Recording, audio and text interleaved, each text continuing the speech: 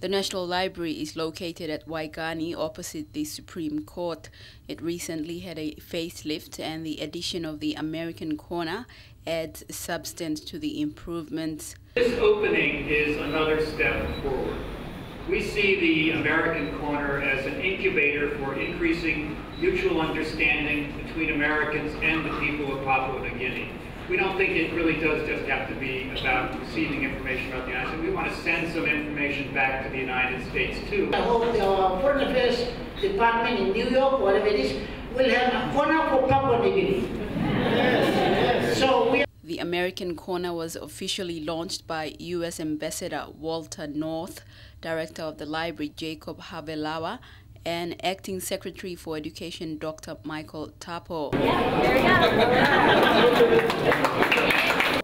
The Corner is a resource center filled with books about America, from American government, culture, history, and current affairs. It's going to be resourceful to those who, especially our students, who would like to travel to America someday.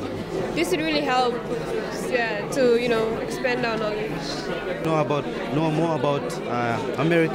Yes, yeah. Set up something here that we can learn from them, and we will learn more about their culture. I think this space is really cool. As Papua New Guineans, we all know that most Papua New Guineans don't have access to internet to learn about other countries. So wonderful, and we are going to discover new things about America. Yeah. Great for school students to come learn more about geography. A lot of our students, we need to know what's happening out there in the world. It's also equipped with the latest information technology, which hosts discussion groups, seminars, and digital video conferencing. A new concept to Papua New Guinea, but worldwide there are up to 850 American spaces. The American Corner is open to the public during normal opening hours of the library. Meredith Kusa, National MTV News.